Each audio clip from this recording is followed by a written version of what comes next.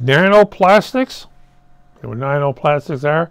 It's those very fine pieces of plastic. As plastic disintegrates, some of it becomes a very fine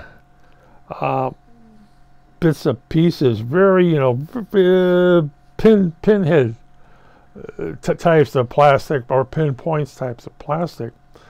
And you can find them in food products. Usually things like fish.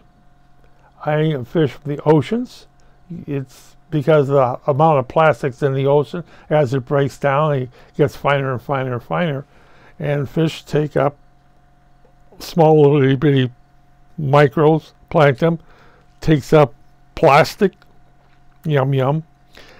And bigger fish come along and bigger fish come along. And if you get tuna fish from the sea, I would think right now, and if you put it under a microscope, electron microscope, you're going to see plastic pieces in that can of tuna fish.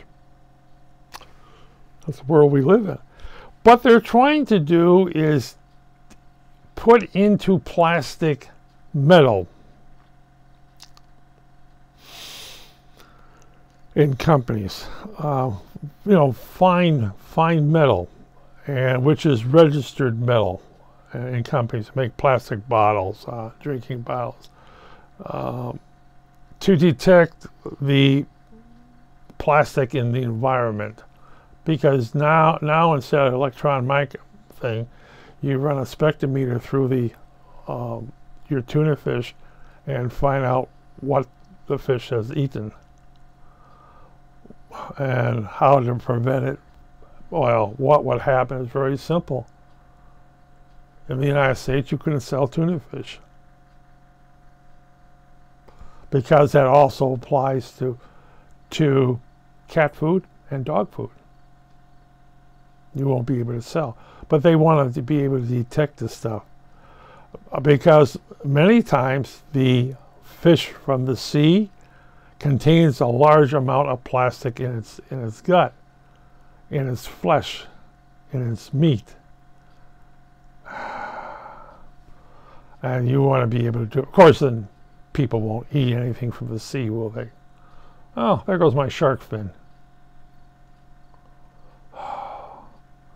But they're going to get this stuff,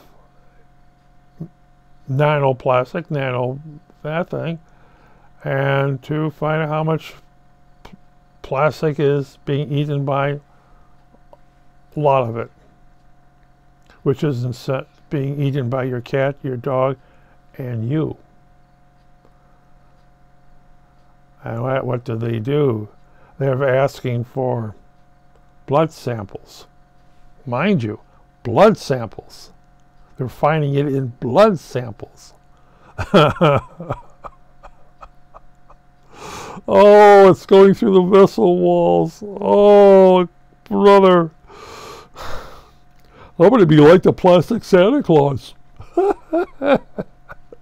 Oh, brother.